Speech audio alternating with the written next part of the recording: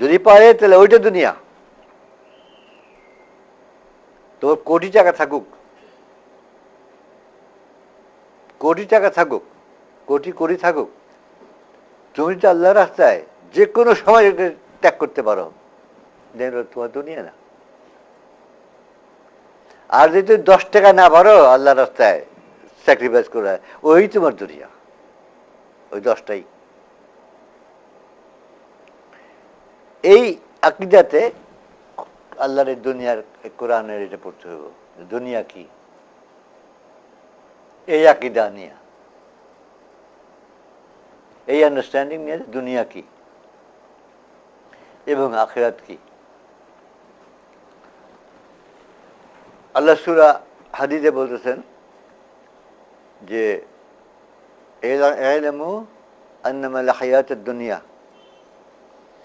দুনিয়ার যে হায়াতটা কি সেটা, আওলাদ, টাকা পয়সা ইত্যাদি ইত্যাদি, এগুলো তো কম্পিটিশন, এই দুনিয়ার এই ব্যাপারটা।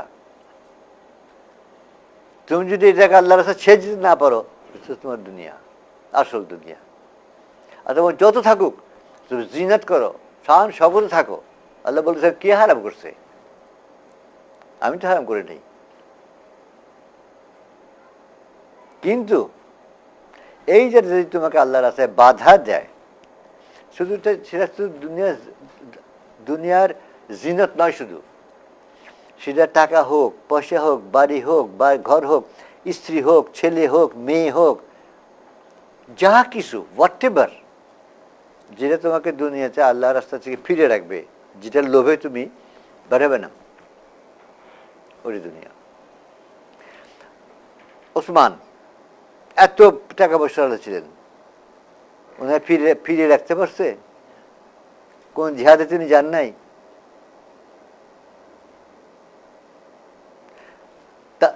তাবুকের যুদ্ধে তিনি 10,000 মুজাহিদের ইকুইপ করার জন্য যা লাগে সব দিয়েছিলেন একা। 10,000 মুজাহিদের ঘোড়া, অস্ত্র, বর্ম যা লাগে সমস্ত দিয়েছিলেন এক মানুষ। তার টাকা ছিল না তো ওটা আল্লাহ নিষেধ করছে? নো। তাহলে তো ওসমান একটা বাজে মুসলমান। তোমাকে ফিরেতে না পারে তো বাধা হয় না দাঁড়ায়। এইটা দুনিয়া, হোয়াট এভার ইট ইস, সেটা বাড়ি হোক বা ঘর হোক না হোক। যে মানুষ কোটি কোটি টাকা থাকা সত্ত্বেও আল্লাহর প্রয়োজন এক মুহূর্তে সব ছেড়ে দিল, তার দুনিয়া নাই। আর যে নাকি 10 টাকার লোভে আল্লাহর রাস্তায় গেল না, তো ওইটাই তার দুনিয়া। নট দ্য মানি, টাকা না, ওইটা। দুনিয়া ত্যাগ মানে সন্ন্যাস না? দুনিয়া ত্যাগ মানে কি সন্ন্যাস না? আল্লাহর ইসলামে সন্ন্যাস নিষিদ্ধ, নিষিদ্ধ।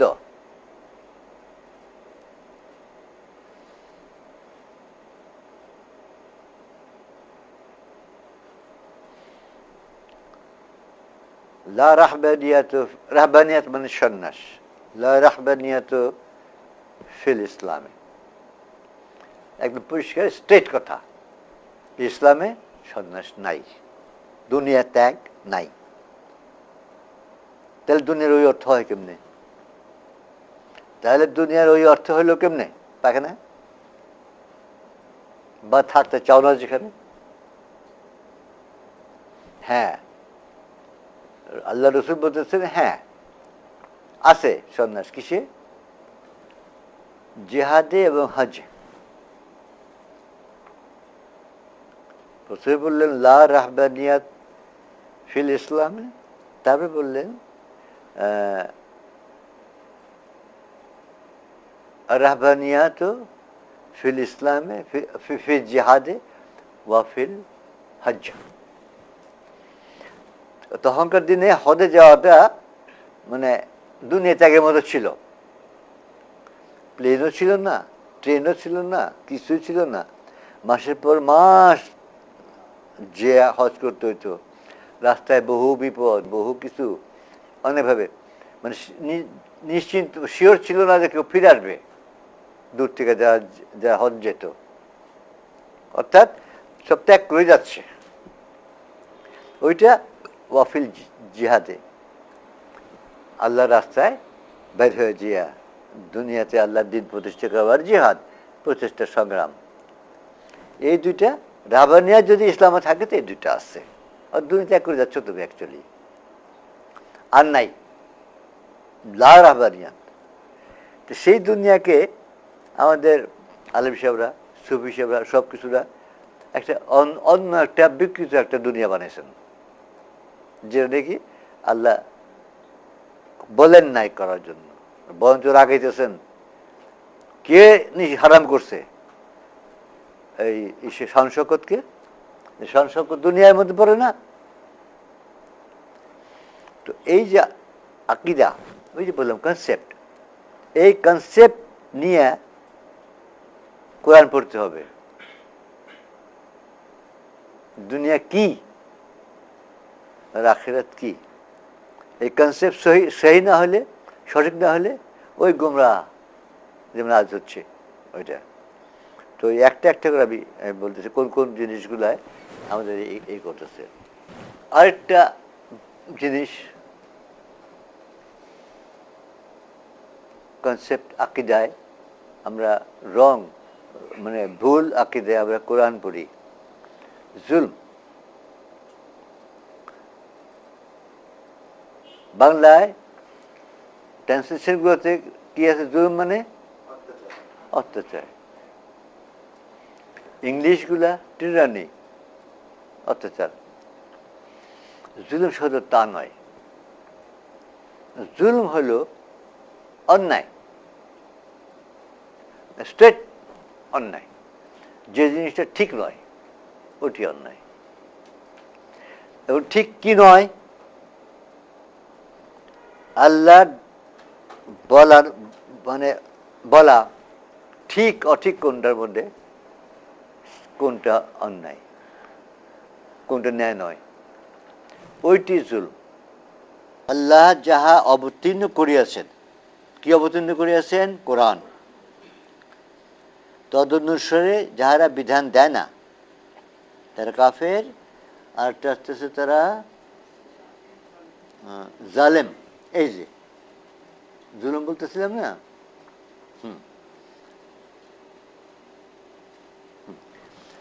জুলুম আল্লাহর যে বিধান, দিন, অর্থাৎ নির্দিষ্ট করে দিলেন কোনটা রাইট, কোনটা রং, কোনটা হালাল, কোনটা হারাম, কোনটা জায়েজ, কোনটা না জায়েজ, কোনটা ন্যায়, কোনটা অন্যায়, কোনটা রাইট, কোনটা রং, কোনটা ভালো, কোনটা খারাপ। এই যে ফিক্সেশন, এটা কে করলেন? আল্লাহ। এটার বাইরে করলেই জুলুম। মারপিট না, এখন এটা অর্থ হয়ে গেছে জুলুম, মারপিট, কের উপরে অত্যাচার করা, টিরানি, এই ইংলিশ ট্রান্সলেশন করা। এটা পড়তে হবে যেটাই রং, ঠিক না, ওইটি জুলুম। আল্লাহ যে বিধান দিচ্ছেন সেই বিধানের বাইরে অন্য কিছু করা জুলুম। এবং এই জন্য জালেমরা জাহান্নামী। অন্য আয়াতে আছে জালেমরা জাহান্নামী।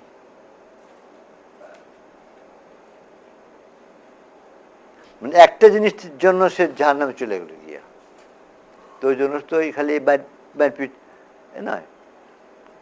তুমি একটা মানুষের ধরে খুব মারপিট করলে, অন্যায়ভাবে করলে, এই জন্য তুমি জাহান্নাম যাবে?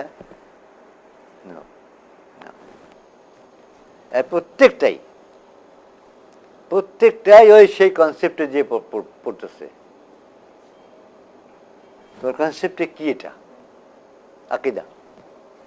আমি যে সংজ্ঞায়িত দাঁড়া করছি, আসলে যেটা, যে কাজটা করা উচিত নয় সেটা করা, যে কাজটা করা উচিত উচিত সেটা না করা, দুটোই জুলুম। দুটোই জুলুম।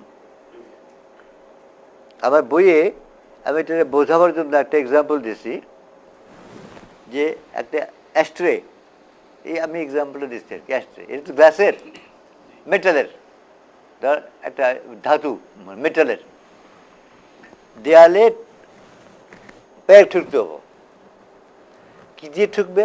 হাতুড় দিয়া। আমি হাতুড় দিয়ে না ঠুকে এইটে দিয়ে ঠুকলাম, ঠোকা হইল, কিন্তু এরা জুলুম হইল এটার উপর। এটাকে এই জন্য সৃষ্টি করা হয়নি। অ্যাস্ট্রেটাকে এই হাতুড় হিসেবে ব্যবহার করার জন্য সৃষ্টি করা হয়নি। আমি করলাম, জুলুম করলাম, ঠিক করলাম না, ন্যায় করলাম না। হাতুড় দিয়ে করলে ঠিক আছিল, ঠিক ছিল। ওইটা একটা ডেফিনেশন হিসেবে আমি আমার বলে দিচ্ছি, যে আল্লাহ রসুলের সময় কুরাইশ বংশীয় একজন ভদ্রমহিলা, সম্ভ্রান্ত, কুরাইশ বংশ মানে সম্ভ্রান্ত, খুব মানে পদমর্যাদা ছিল। উনি কেমনি করে আল্লাহ জানে, ওটা আমি মানে কোথাও পাইনি, চুরি করছিলেন। ছোট হয়তো কোনো জিনিস লোভে পড়ে চুরি করছিলেন। বিচারে চোর সাব্যস্ত হইল, হাত কাটো, যেটা নাকি শরিয়া দণ্ডবিধি ইসলামের, হাত কাটো। তখন অনেক গণ্যমান্য, বিশেষ করে কুরাইশের বংশী অনেক দিয়ে নবী করিম সাল্লাল্লাহু আলাইহি ওয়াসাল্লাম বললেন, ইয়া রাসূলুল্লাহ, ওনার হাত কাটাটা খুব একটা মানে বিসদৃশ্য জিনিস দেখা যায়, বিসদৃশ্য জিনিস দাঁড়া যায়, ওনার মাফ করে দেন, কিংবা অন্য শাস্তি দেন, অন্য শাস্তি দেন। নবী বললেন যে এর আগে অন্যান্য জাতির ভেতরে এই উচ্চ পজিশনের জন্য, বিচারের তফাৎ হওয়ার জন্য যা করে স্পেয়ার করা হয়েছে, গরিবরা শাস্তি ঠিকই পেয়েছে, নিম্ন স্তরের যা তাদের শাস্তি পাইছে, হাই পজিশনে যারা উচ্চ স্থানীয় তাদের মানে কম করে দেওয়া হয়েছে। এই জন্য বহু জাতি ধ্বংস হয়ে গেছে। আমার মেয়ে ফাতেমা যদি চুরি করে, আমি তার হাত করে দেব।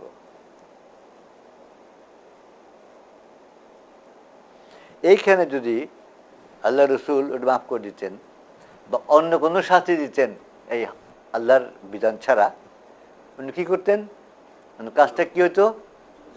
জুলুম, জুলুম। ওই যে আল্লাহ বলতেছেন যে আল্লাহ যে অবতীর্ণ করছেন কোরআন, এইটা মোতাবেক যে করে না, সে তিনটা জিনিস বলছেন: কাফের, জুলুম, ফাসেক, জালেম, ফাসেক। ওই জালেমের মধ্যে পড়তেন রসুল। কথা বলতে পারছেন? ওই জালেমের সংজ্ঞায় পড়তেন আল্লাহ রসুল।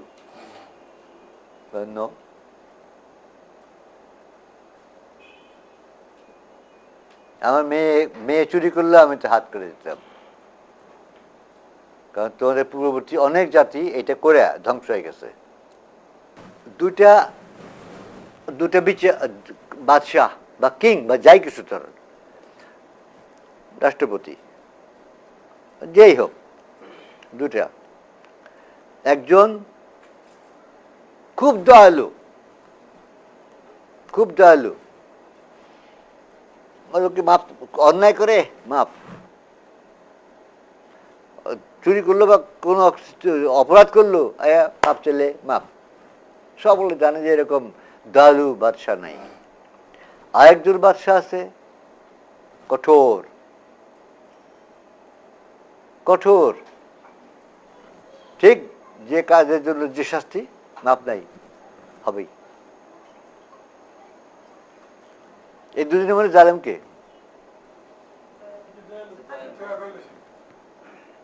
যে দয়া করতেছে ওই জালেম, আর এই জালেম নয়। কিন্তু লোককে বলবেন এখন জালেম মানে ওই যে টিরানি, অত্যাচারের যে অর্থ নিয়ে আমরা, ওই হিসাবে এই হচ্ছে জালেম। এখানে আল্লাহ সেপারেটলি বললেন, সেপারেটলি বললেন যারা আল্লাহর দেওয়া বিধান মতো কোরআন মোতাবেক শাসন করে না, তার তিনটে বললেন। একটা বলতেছে কাফের, ফার্স্টটা না, তারপরে জালিম, তারপরে ফাসেক। ফাসেক তিনটাই কারেক্ট। প্রথমটা কাফের মানে মানল না, অবিশ্বাস করলো, কাফের। দ্বিতীয়টা ওটা বাদ দিয়ে অন্য একটা মোতাবেক করলো,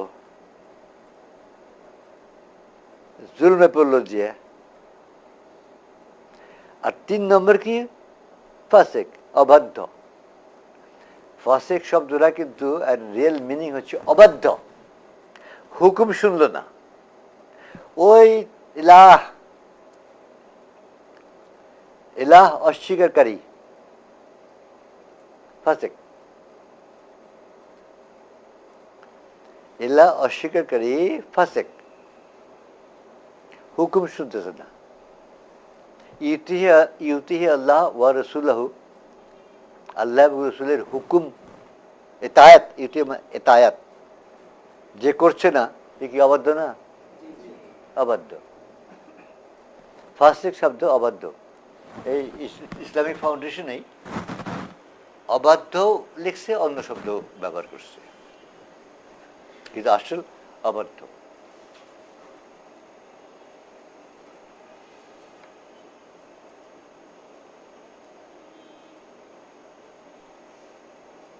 সবরটা আমি একটু পরে যাই, ওইটা শেষ হয়ে গেলে আরেকটার মধ্যে যাই। সবরটা মোট কথা কোরআনের এই শব্দগুলা রিয়েল অর্থ মোতাবেক যদি কনসেপ্টে না আনে আমরা কোরআন পড়ি, তাহলে আজ যে কোরআন পড়ে যে আমরা যা হচ্ছি তাই। কোরআন, আল্লাহর কোরআনকে সঠিকভাবে বুঝতে আমি যখন বলতেছিলাম অনেকগুলা জিনিস ভালো করে ঠিক মতো সেই আকিদা বুঝতে হবে। তার মধ্যে আরেকটা ইম্পর্টেন্ট সবর। কোরআনে বহু জায়গায় সবরের কথা আছে, বহু জায়গায়। আজ যে কোরআন পড়া হয় তাতে সবরের অর্থ যে নেওয়া হয়, আকিদায় আসে পড়তে, সেটা হলো প্যাসিভ, নিষ্ক্রিয়, সহ্য করো। সবর অর্থ নেওয়া হয় সহ্য করো, অর্থাৎ প্যাসিভ মানে অ্যাক্টিভ না, নিষ্ক্রিয়। কিন্তু এর সত্য অর্থ নিষ্ক্রিয় নয়, অ্যাক্টিভ, অ্যাক্টিভ এবং ডাইনামিক। সবরের রিয়েল অর্থ ইংলিশে যদি সবর বলতে চান, বলতে পারসিভিয়ারেন্স। পারসিভিয়ারেন্স একটা কোনো কাজ করতে যেয়ে যত বাধা আসুক, যত বিপত্তি আসুক, কোনো কিছুকে পরোয়া না করা।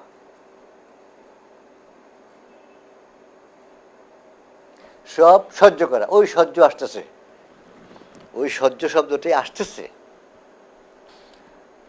ওইটুকু নেওয়া হচ্ছে।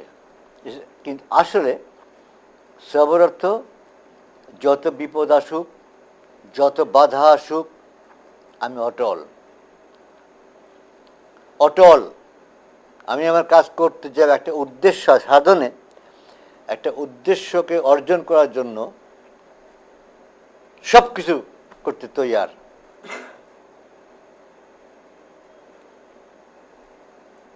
কষ্ট, না খেয়ে থাকা, জুলুম, যত কিছু হোক, সমস্ত কিছুর জন্য তৈয়ার। বাংলায় একটা ডিকশনারিতে একটা শব্দ আছে, সংসপ্তক, যে সৈনিক এক কদমও পৌঁছাবে না মৃত্যু পর্যন্ত। সংসপ্তক, এটা সবর বলতে এইটা বোঝায়। নাথিং ক্যান ডিটার ইউ, যে আমি যে উদ্দেশ্যের জন্য চেষ্টা করছি তাতে কোনো কিছু আমাকে ফেরাতে পারবে না যতক্ষণ জান আছে। এটা হচ্ছে সবর। এটাকে আজ নেওয়া হয় বসে মার খাও। আল্লাহ কোরআনে জিহাদের কথা বলছেন, নয় শুধু কিতালে বলছেন, যুদ্ধ যখন করবে সবর। যে এই অর্থে যদি সবর নেওয়া হয়, বসে মার খেবো, তাই যুদ্ধের সময় কেমন করে সবর করবো? নাকি সম্ভব? শত্রু আসলো, মারতে তো মারো ভাই।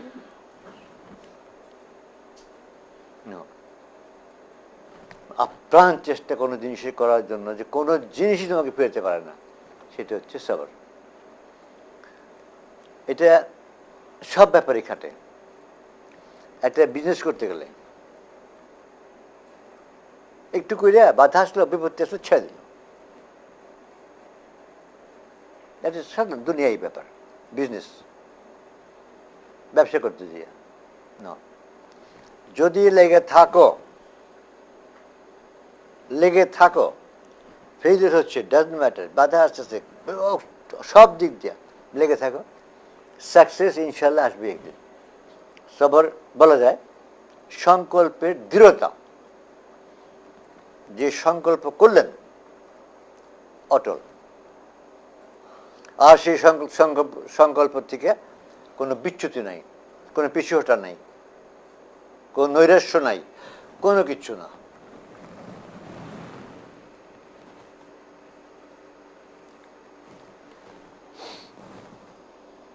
জিহাদে, এই যে জিহাদে এবং কিতালে আল্লাহ যে সবরের কথা বললেন, তো ওই শুধু এইটুকুই শুধু এনাফ বোঝাবার জন্য যে সবর নিষ্ক্রিয় নয়, সবর হলো অ্যাক্টিভ অ্যান্ড ডাইনামিক। আচ্ছা, এই দিনের এক নাম হলো দিনুল ফিতরা, দিনুল হক, দিনুল ইসলামের আরেকটা নাম হলো দিনুল ফিতরা, অর্থাৎ প্রাকৃতিক দিন। প্রাকৃতিক দিন, ন্যাচারাল, যে আল্লাহ যে নেচারের মাধ্যমে, যে প্রাকৃতিক নিয়মের মাধ্যমে সব কিছু সৃষ্টি করছেন, এই দিন তার সঙ্গে এক্স্যাক্টলি একদম স্যুট করে দেওয়া। স্যুট মানে ই করে দেওয়া, খাপ খাইয়ে দেওয়া, খাপ খাইয়ে দেওয়া। এই যে বৈরাগ্য, সন্ন্যাস, রাহবানিয়া নিষিদ্ধ কেন? এই জন্য নিষিদ্ধ, যেটা ন্যাচারাল নয়। ন্যাচারাল নয়। মানুষ বিয়ে করবে, সংসার করবে, বাচ্চা কাচ্চা হবে, আর্ন করবে, এটা হচ্ছে নিয়ম, প্রাকৃতিক নিয়ম, নেচার। ওইটাকে রুদ্ধ করে দেওয়া, তার দিনুল ফিতরা থাকে না। দিনুল ফিতরা থাকে না, তাহলে দিনুল ইসলাম। আচ্ছা, প্রাকৃতিক নিয়ম কি? প্রাকৃতিক নিয়ম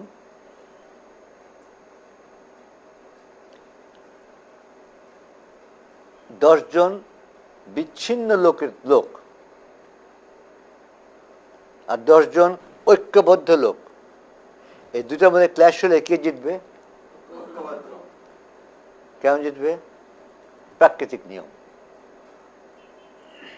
এটাও প্রাকৃতিক নিয়ম। যে জন্য আল্লাহ বলছেন ঐক্যবদ্ধ হোক, এটা আমার প্রাকৃতিক নিয়ম, আমার দিন ও দিনুল ফিতরা। তুমি মুমিনি হও আর যাই হও, তুমি যদি ঐক্যবদ্ধ না হও, তুমি পারবে না।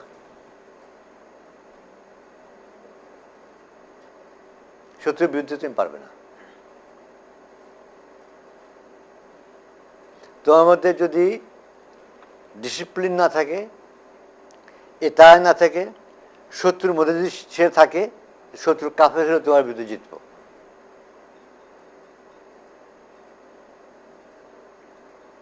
সেই জন্য আল্লাহ বলতেছেন ঐক্যবদ্ধ হও, ডিসিপ্লিনড হও, এতাআত করো, তবে তুমি আমার দিন পৃথিবীতে প্রতিষ্ঠা করতে পারবে, তুমি জিতবা, ইউ উইল সাকসেসফুল, তুমি ফলাহ পাবে। সবর তারই মধ্যে অঙ্গীভূত। তোমার সবর থাকবে, তুমি পিছপা হটবে না, তুমি ইনশাল্লাহ জিতবে, তুমি সাকসেসফুল হবে। এই জন্য জিহাদ এবং কিতালে আল্লাহ বলছেন সবর করো। সবর করো মানে কি? মারি খাও না, আপ্রাণ চেষ্টা করো, যা কিছু হোক।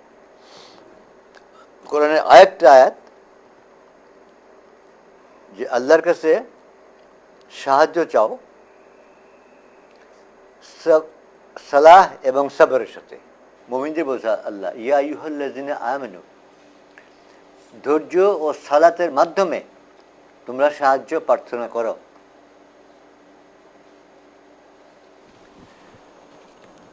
সাহায্য প্রার্থনা করার জন্য আল্লাহ কি বলতেছেন? সবর এবং সালাহর সঙ্গে। কেন? আল্লাহ বলতে পারতেন ঐক্য এবং সালাহর সাথে করো, পারতেন না? ঐক্য এবং সালাহর সাথে করো, ইতায়াত এবং সালাহর সঙ্গে করো, দোয়া চাও, আমাকে সাহায্য চাও। সবর বলতে আল্লাহ বলতেছেন সবরের সাথে। সালাহ যে জিনিস সৃষ্টি করে, কি করে? ঐক্য করে না? শৃঙ্খলা, ইতায়া, আদেশ পালন, এগুলো সৃষ্টি করে। এখানে কিন্তু সবর নাই, এখানে কিন্তু সবর নাই। এই তিনটা সালাই সৃষ্টি করে, কাজেই ওখানে আল্লাহ বলেননি একটাও। সালাই ওগুলো সৃষ্টি করতেছে। এই গুণগুলোর সাথে, অর্থাৎ ঐক্য, শৃঙ্খলা, ইতাআত তোমার আছে সালাতের মাধ্যমে। এখন অ্যাড করো সবর, পয়সাব না জান থাকতে। এই যখন কম্বাইন্ড হবো তখন সাকসেস অনিবার্য।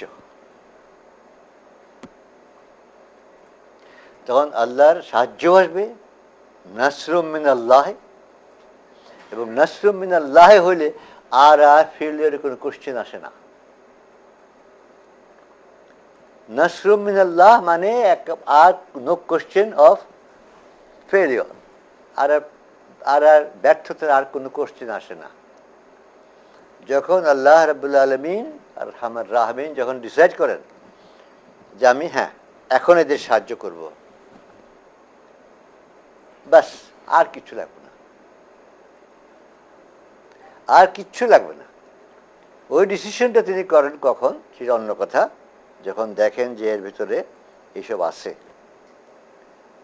এরা এখন আমার জন্য সব কিছু তৈরি করার জন্য তৈয়ার, তখন তার রহমত হয়, তখন তিনি সাহায্য করেন। আর একবার যদি ডিসিশন নেন সাহায্য করব, তার আগে পর্যন্ত তিনি খালি পরীক্ষা করেন, দেখেন, পরীক্ষা করেন, দেখেন, পরীক্ষা। আমাদের যেমন হচ্ছে পরীক্ষা দেখেন, পরীক্ষা দেখেন, পরীক্ষা দেখেন। একবার যদি তিনি ডিসাইড করেন সাহায্য করব, বাস জেনে রাখো পৃথিবীর আর কোনো শক্তি নাই আমাদের ফিরে রাখে, কাউকেই না। এই দুইটার যখন কম্বিনেশন হবে, দুইটা যখন কম্বিনেশন, তখন ওই দিনুল ফিতরা, ওই ন্যাচারাল লতে মোতাবেক প্লাস আল্লাহর সাহায্য, তখন জয়ী হবে। এই জন্য সালাহর সঙ্গে তিনি ঐক্য বলেন নাই, ওটা অলরেডি সালাহ আছে। শৃঙ্খলা বলেন নাই, সালাহ আছে। তারপর একটা কি ইতাআত বলেন নাই, আছে, অলরেডি আছে। অ্যাড করবে কি? সবর, পেছাবো না জান থাকতে। এই যখন একত্র হবে তখন নাসরুম মিনাল্লাহ। আর তারপরে কি বলছে? ইন্নাল্লাহা মা'আস সাবিরিন, যারা সবর করে আমি আল্লাহ তার সাথে আছি। সবরের এই অর্থ না নিয়ে এখন কি করা হয়? নিষ্ক্রিয়, উল্টা। যেমন সে আল্লাহ এবং রসুলের সেই দিন যেমন কমপ্লিটলি উল্টে গেছে, সব কিছুই উল্টে গেছে, এই অর্থগুলো এমনি উল্টে গেছে। এলা হয়ে গেছে গিয়া মাহবুদ, সবর হয়ে গেছে বৈশাখ মের খাও। দুনিয়া হয়ে গেছে জিয়া পায়খানা। এগুলো সমস্ত আকীদার বিকৃতির জন্য। আকীদা সহি করে কোরআন পড়েন, দেখবেন যে নতুন এক কোরআন বের হয়ে আসতেছে। ওই কোরআন সেই কোরআন। পরিষ্কার হয়েছে কি? সবর সবর অ্যাক্টিভ, ডাইনামিক। সবরের নিষ্ক্রিয় নয়,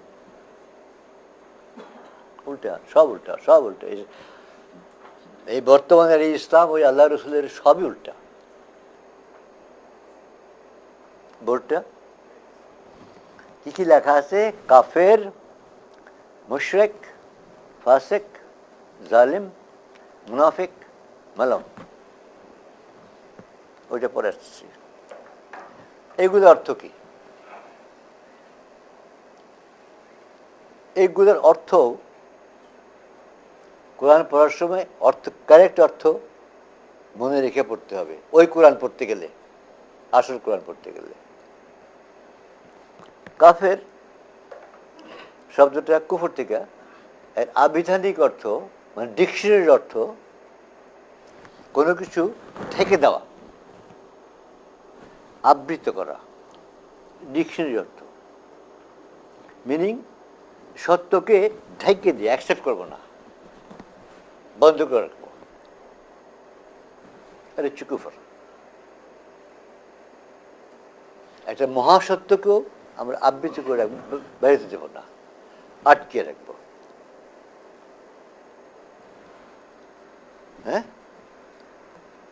আল্লাহকে অস্বীকার করা, মহাসত্য আল্লাহ,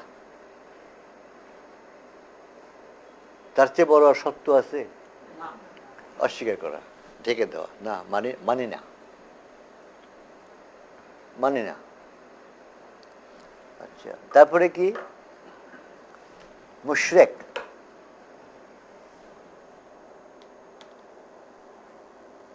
মুশরিক শব্দটা কোথেকে আসছে? শিরক, অংশ। অংশ মানে মানি আল্লাহ আছেন, সব কথা মানি না। কিছু মানি, হ্যাঁ ঠিক আছে, তোমার এগুলা মানলাম, এগুলা মানি না। সম্পূর্ণ কুফর করলো না, সম্পূর্ণ ওই কুফর ঢেকে দিল, কমপ্লিট ঢেকে দিল, তা দিল না, পার্শ্বিক, আংশিক। তারপর কি? ফাসিক। ফাসিক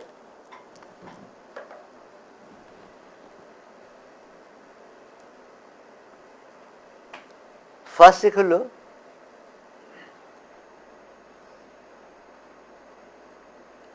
অবাধ্য, যে বাধ্য না, অস্বীকার করছে না, বাধ্য না, হুকুম শুনবো না, হুকুম শুনবো না। যে হুকুম শুনে না, হুকুম অস্বীকার শুনবো না, সে হলো ফাসিক।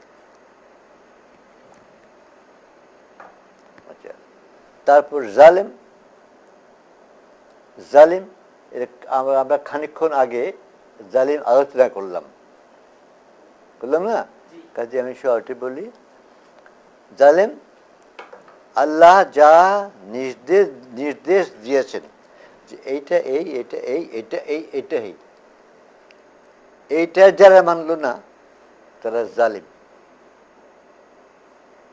জুলুম করলো। জুলুম মানে অন্যায়, অন্যায় করলো না সে। মুনাফিক, নাফাক থেকে শব্দটা আসলো যে মুখে এক, অন্তরে এক, বাইরে এক, ভিতরে এক। হিপোক্রিট, হিপোক্রিট, বাইরে বলতেছে একটা, বিশ্বাস করতেছে আরেকটা, ভাবতেছে আরেকটা। বাইরে বলতেছে হ্যাঁ ঠিক, এটা ঠিক আছে, ভিতরে জানে যে নো, এটা না, সেটা মুনাফিক। তারপরে আসতেছে মালাউন, লানাত থেকে শব্দটা, লানা অভিশাপ, অভিশাপ, কারণ অভিশাপ দেওয়া, কার্স, কার্স, অভিশাপ। এই হইল এগুলার অর্থ। অভিশাপ দিলে কতগুলো জিনিস হয় সেটা পরে। সোজা কথা, মালাউন অর্থ অভিশাপ, কার্স। আচ্ছা, এখন বর্তমান দুনিয়ার মানুষ সব শুদ্ধা, ম্যানকাইন্ড,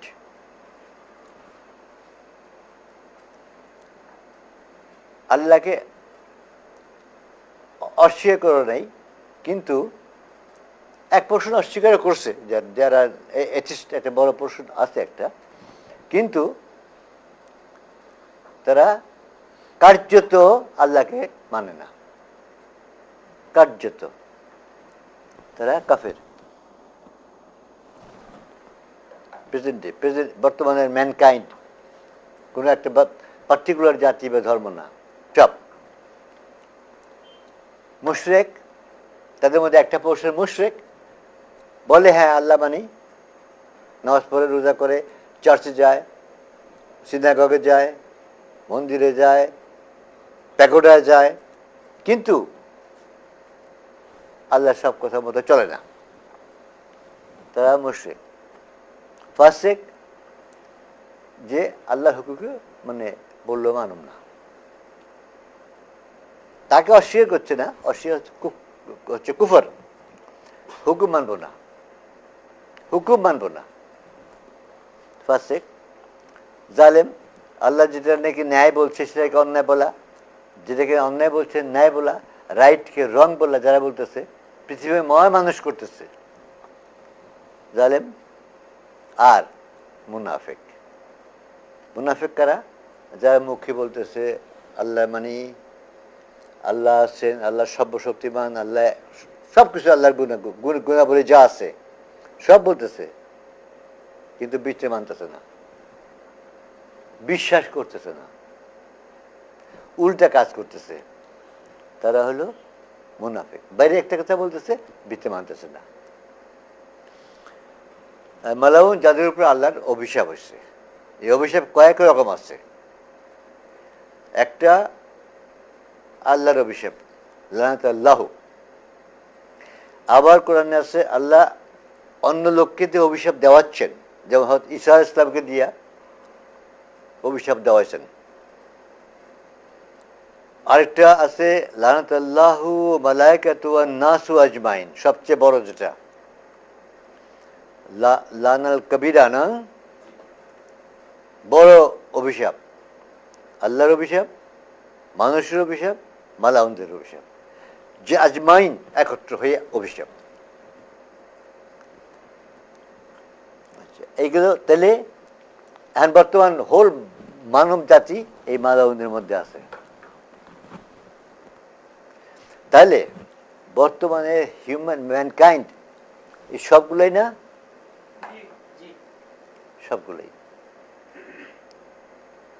সবগুলোই। কিন্তু যার কারণে এই মানব জাতি এই অবস্থায় আসছে, সেই ইবলিস কিন্তু সবগুলা না। এটা খুব মানে একটা ইন্টারেস্টিং। ইবলিস আল্লাহকে কখনো অস্বীকার করে নেই, কিন্তু সে কাজের জন্য আল্লাহ তাআলা কাফের বানিয়ে দিল। ইবলিস কাফের, আর ইবলিস ফাসেক তো কোনো কোশ্চেনই নেই। ফাসেক আল্লাহর হুকুম অস্বীকার করলো, হ্যাঁ, বললো তোমার হুকুম আমি শুনবো না, কারণ দিল ক্লিয়ার, ফাসেক, অবাধ্য। আল্লাহ বললেন আদমকে সিজদা করো, সে করলো, বললো যে আমি করবো না, অবাধ্য হলো না, অবাধ্য, ফাসেক। ওটা হইয়া সে জালেমও হয়ে গেল, হ্যাঁ, তাই না, জালেমও হয়ে গেল। এবং আল্লাহ তার ইসে বললেন, অস্বীকার যখন করলো, তো আল্লাহ বললেন যে কাফের, তুমি কাফের হইলা কোরআনে। এবং জালেম তো আমরা বুঝতেই পারতেছি, যদিও জালেমটা কোরআন নাই, যে আল্লাহ ইবলিস সম্বন্ধে বললেন, বুঝতে পারতেছি। মালাউনও হইল,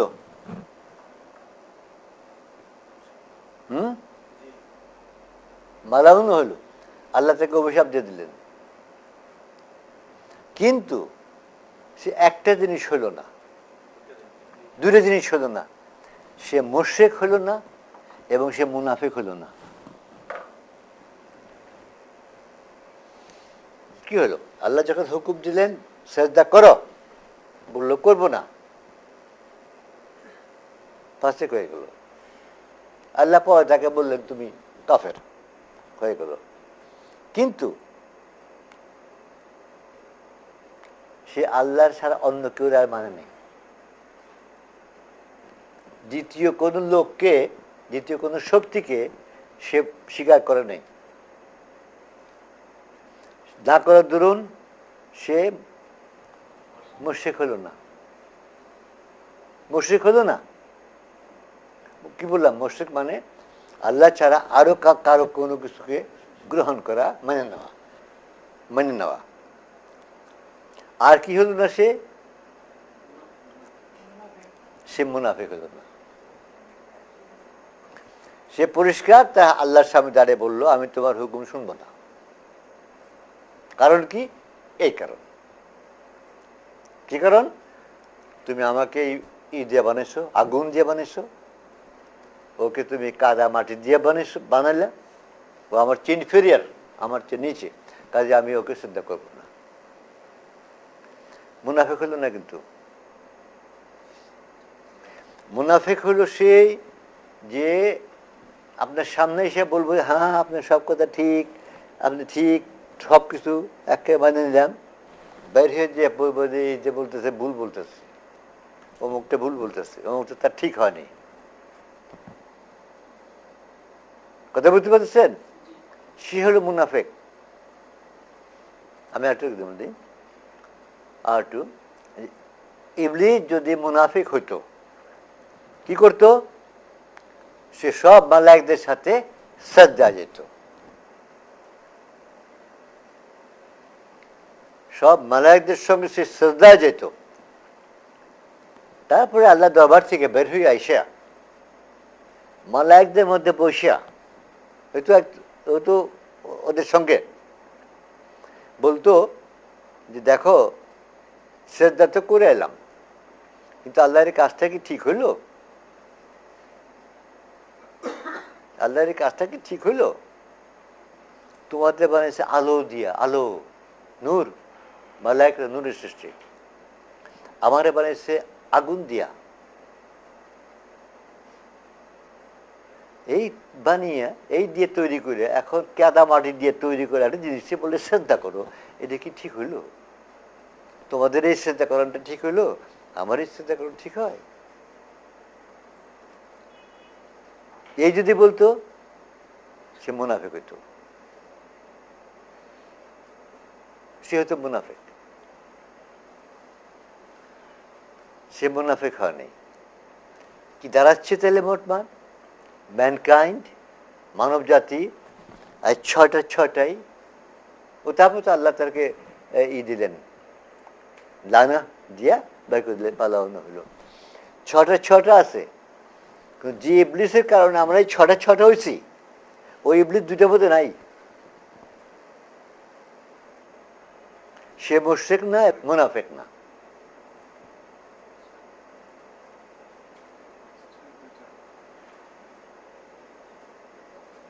মজার কথা, হ্যাঁ, যার কারণে আজ আমরা সব, সে ব্যাটা কিন্তু দুইটা জিনিসে নাই। সে শিরক করে না, আল্লাহ ছাড়া কাউকে সে মানে নেই, আর আল্লাহর সামনের সঙ্গে মুনাফিকিও করে নেই। সোজা বলছে তোমার হুকুম মানব না। বাইরে যে মাল একদের মধ্যে বলেন নাই যে সেটা করে আসছি, কিন্তু দেখো তোমাদের দিয়ে কি করাইলো, তোমাদের আমার দিয়ে কি করাইলো, কাজটা কি ঠিক হইলো, কাজটা আল্লাহ ভুল করলো না, আল্লাহ অন্যায় করলো না, এটা বলতো। এটা অনেক আছে এই মাল্লাহন, অনেক আছে। ধরো এই মালান বলে এই মুনাফিক। তো এই সংজ্ঞাগুলা কারেক্টলি মনে রেখে আল্লাহর এই কোরআন পড়লে কুফরকে, মুশরিককে, ফাসিককে, জালেমকে, মুনাফিককে, মালাউনকে, আর কয় রকম মালাউন আছে, এই এগুলো ঠিক সহি আকিদা নিয়ে পড়লে, ওই বললাম আগে যে আগের কথাটা, অন্য কোরআন বের হয়ে আসবে। এখন এগুলো সব ভুল আকিদায় পড়া হয়, আর সবচেয়ে বড়টাই হচ্ছে দিয়া এলা, ওইখানে একেবারে সমস্ত কিছু ড্যামেজ করে দিতেছে, অল সব ধ্বংস করে দিছে এই একটা শব্দের এই এই মানে ভুল অর্থ করে। আল্লাহ সৃষ্টির পর যে ওয়াদাতে নিলেন, কি ওয়াদা নিলেন?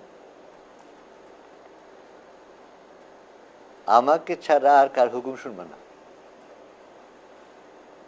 আর আমাকে ছাড়া কাউরে ইবাদত করবো না। ইবাদত মানে ওই যে বললাম ইবাদত, এটা খেলাফত করা, অন্য কারো খেলাফত করবো না। আজ মানুষ কার খেলাফত করে?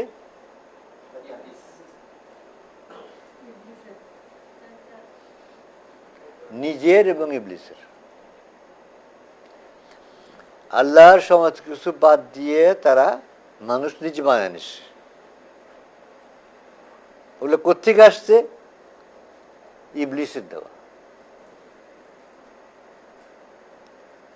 ওগুলো ইবলিসের দেওয়া। আল্লাহ ছাড়া কোনো শক্তি নাই। আল্লাহ কিছু শক্তি ইবলিসকে দিচ্ছেন আমাদের পরীক্ষা করার জন্য। চেয়ে নিয়ে আসে নাই, কি চেয়ে আনছে? আমি জানি তোমার এই আদমের শরীরের ভিতরে তার রন্ধ্রে রন্ধ্রে ঢুকতে পারি, তার মন মস্তিষ্কে ঢুকতে পারি, তাকে বিপদে চালাবার জন্য, তোমার হেদায়েত থেকে সরাবার জন্য। বলছে না, এই শক্তিটা তাকে দেওয়া হলো না, এবং আয়ু দেওয়া হলো কেয়ামা পর্যন্ত।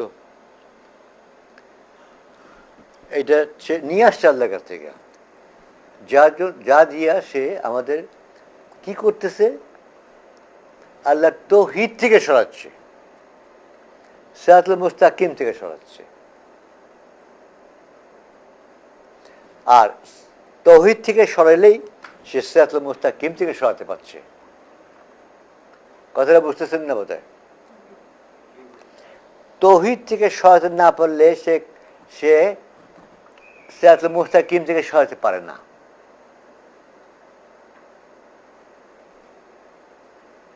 একটা আর একটার উপর সিম্বায়োটিক লাগানো। তাওহীদ থেকে না সরাতে পারলে সিরাতুল মুস্তাকিম থেকে সরাতে পারে না। সিরাতুল মুস্তাকিম কি? আল্লাহ ছাড়া কারো ইবাদত না করা, শুধু আল্লাহকে ইবাদত করা। কি ইবাদত? তার খেলাফত করা। আল্লাহর হুকুম, ওই যে তাওহীদ হুকুম, তুমি এটা করবা, ওখানে থাকলে সে সরবে কোত্থেকে? সে সরবে কি করে? এই জন্য আল্লাহর সাথে বান্দার চুক্তি এটা, যে তুমি আমার হুকুম ছাড়া কার হুকুম কারো মানবা না, এবং আমি তোমাকে জান্নাত দেব। আল্লাহর প্রথম কন্ডিশনই হচ্ছে বানিয়ে নিয়েছেন, বানিয়ে একটা ওয়াদা নিয়ে নিয়েছেন মানুষের কাছ থেকে, ম্যানকাইন্ডের কাছ থেকে, মানব জাতির কাছ থেকে, যে আমার আদেশ শুনবা। অর্থাৎ ওই যে এলাহ, আদেশ দাতা আর কেউ নেই তাছাড়া। তুমি আদেশ কতখানি মানতেছ, দ্যাট ইজ ডিফারেন্ট। অন্য কেউ মানতেছ না, লা ইলাহা। আল্লাহর প্রত্যেকটা আদেশ মানতে পারছে এমন কেউ আছে? এমন কেউ আছে? কেউ নেই, কেউ নেই। আদম আলাইহিস সালাম পর্যন্ত আল্লাহ মানে সবগুলো মানতে পারেননি। আল্লাহ নবী না, কেউই না। তাহলে তো কেউ জান্নাত যাব না, তাহলে তো আদমও যাবেন না। নো, তা না। এখানে খুব বড় একটা পয়েন্ট, খুব বড় একটা পয়েন্ট। আমি আর কাউকে মানি না, আরম্ভ হয়েছে লা দিয়া। তারপরে আল্লাহকে একমাত্র আদেশদাতা স্বীকার করার পর আদেশই মানতে পারেনি সব। আচ্ছা, যে মানুষটার কথা কইলেন আবু যর, যে জেনা করুক চুরি করুক সে জান্নাত যাবে, সে কি আল্লাহর আদেশ সব মানে চলছিল নাকি? ভঙ্গ করে নাই? সে আর কেউ মানে নাই, অন্যকে মানে নাই।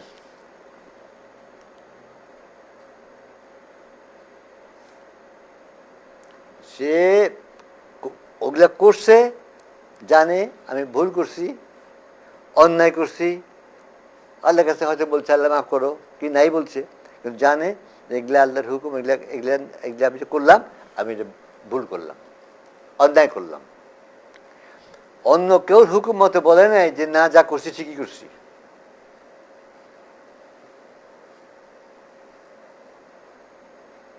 এখন বহুত পৃথিবীতে আছে না, নামাজ পড়তেছে, রোজা করতেছে, দাড়ি রাখতেছে, সব কিছু করতেছে, বলতেছে যে দুনিয়াময় সুদ চলতেছে, এখন সুদ ছাড়া চলবো কেমন? আছে না? আছে না? তারা অন্যকে মানে নিস, তারা লা ইলাহার মধ্যে নাই।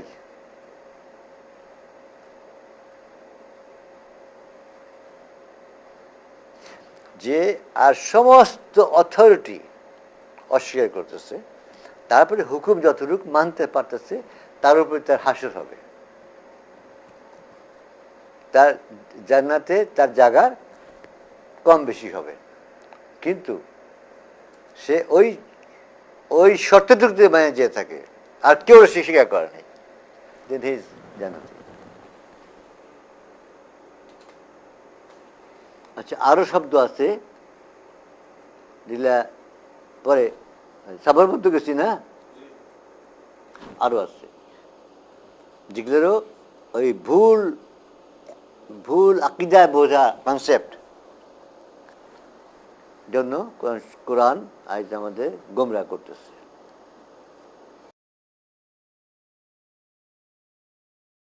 আমরা তাহলে এখানে এসে পৌঁছলাম যে যে কোরআন দিয়ে, যে কোরআন হাতে নিয়ে এই জাতি একদিন পৃথিবী জয় করলো, সেই কোরআন আমরা হাতে নিয়ে আজ আমরা পদদলিত, পরাজিত, লাঞ্ছিত কেন? এটা আশা করি পরিষ্কার হয়ে গেছে। কি কারণ? যে কতগুলা কোরআনের কতগুলা ভাইটাল, অত্যন্ত গুরুত্বপূর্ণ, প্রয়োজনীয় কতগুলা শব্দ আমরা আমাদের ভুল আকিদায় রংভাবে, অর্থাৎ অঠিকভাবে নেওয়ায় হোল কোরআন, সমস্ত কোরআনই আমাদের কাছে ব্যর্থ হয়ে গেছে। সে ওর কতগুলা শব্দ আমি কিছু আগে এক্সপ্লেন করলাম। সবচেয়ে বড় তো ওটার আল্লাহর তাওহীদ, লা ইলাহা ইল্লাল্লাহর অর্থ বদলে গেছে। দ্বিতীয়, লা ইলাহা ইল্লাল্লাহর পরে যে জিনিস, লা ইলাহা ইল্লাল্লাহর অর্থাৎ এই তাওহীদের ভিত্তির উপর যে দিন, জীবন ব্যবস্থা আল্লাহ আমাদের দিলেন, এর উপর ভিত্তি করা, সেটা প্রতিষ্ঠা না হলে সমস্ত জিনিস যেমন অর্থহীন, সেটা প্রতিষ্ঠার চেষ্টাও বাদ গেছে। তাহলে কোরআনের কিছুই রইল না, আত্মাও রইল না, দেহ রইল না।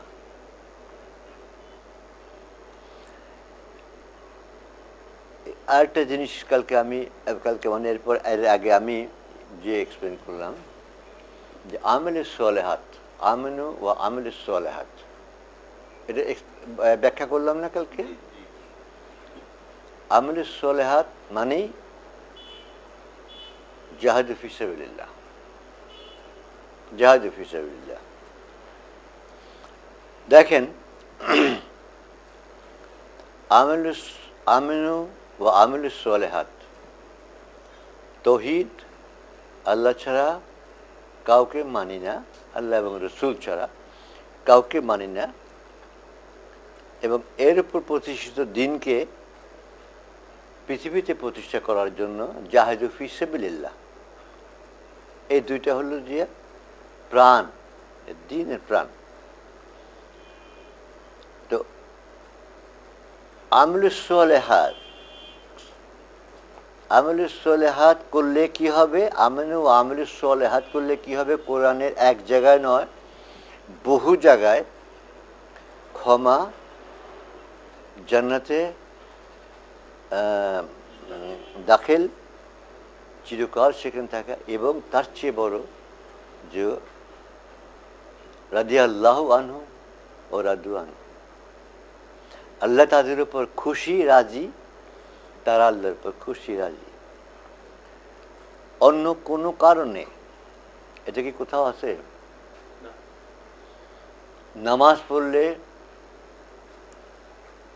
জান্নাতে দাখিল এবং রাদিয়াল্লাহু আনহু রাদু আনহু আছে? রোজা করলে আছে, হজ করলে আছে, যাকাত দিলে আছে।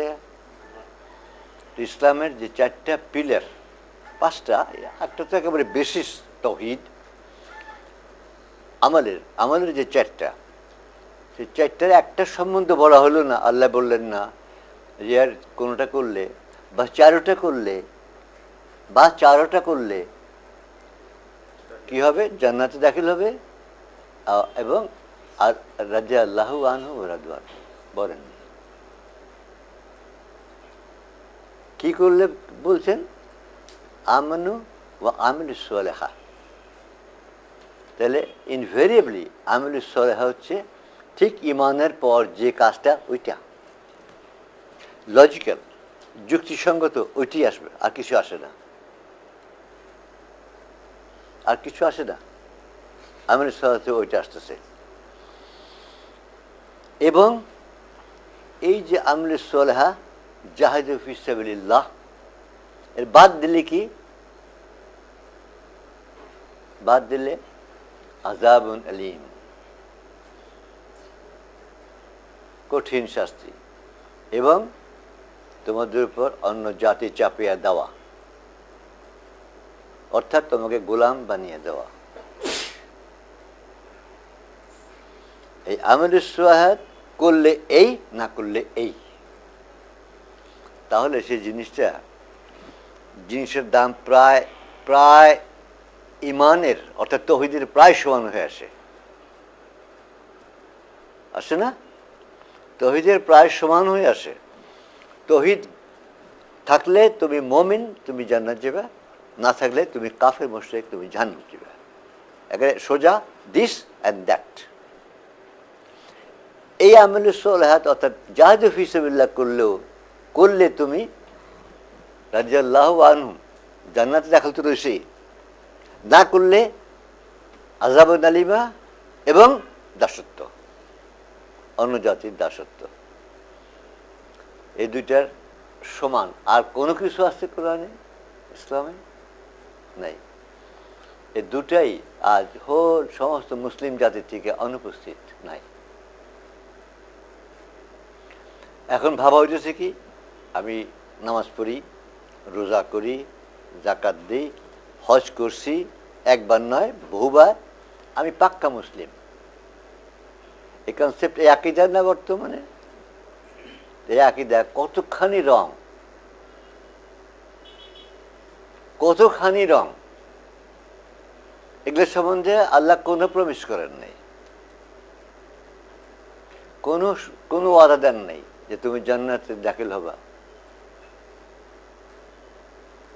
তোমাকে পুরস্কার দেওয়া হবে, মাগফিরাত এবং এবং রাদিয়াল্লাহু আনহু আনহুম ও রাদু আনহু, তাদের উপর আল্লাহ রাজি, তারা আল্লাহর উপর রাজি খুশি।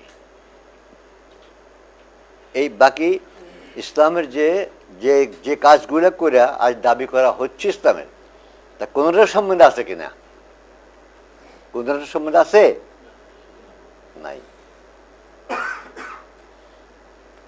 তো সেই কথা বলতেছিলাম যে আকীদার বিকৃতিতে খুব ভয়ঙ্কর ইম্পর্টেন্ট, যেটা ছাড়া একটা জান প্রাণ আত্মা, তার দাম হয়ে যায় কোন নিচে কোনো দাম নেই। আর সামান্য একটা জিনিসের দাম হয়ে যায় তখন এটা করতেই হবে, এটা না করে চলবে না। ভীষণ ইম্পর্টেন্ট, ভীষণ ইম্পর্টেন্ট।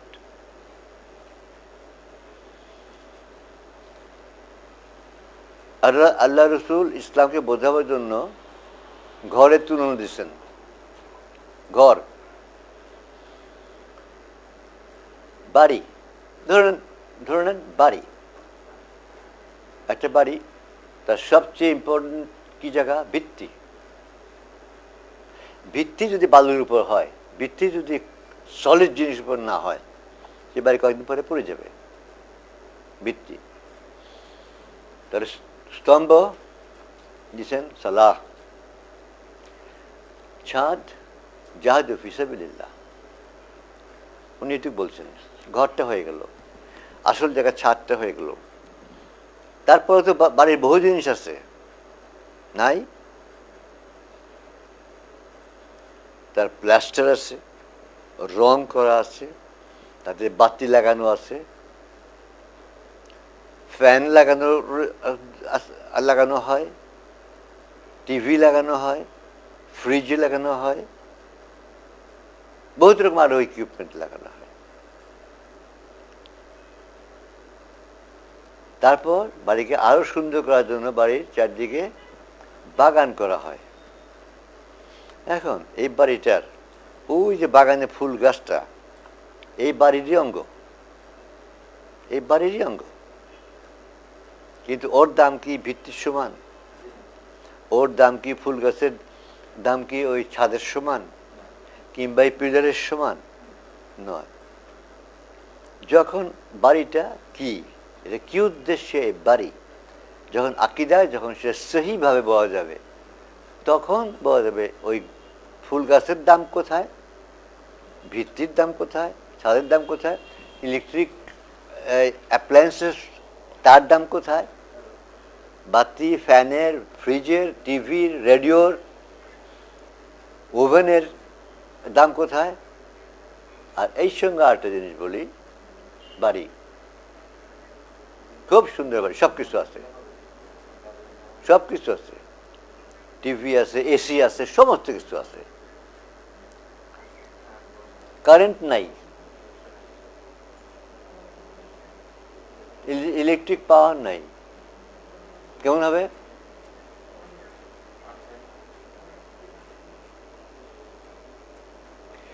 ইলেকট্রিক পাওয়ার তৌহিদ। এই বাড়ি নিরর্থক যদি তার মধ্যে ইলেকট্রিক পাওয়ার না থাকে, সব ইকুইপমেন্ট গন, কোনোটাই কাজ করবে না। এর চেয়ে ভালো হয় বরঞ্চ এটা ইলেকট্রিসিটিটা তৌহিদ না, জিহাদ।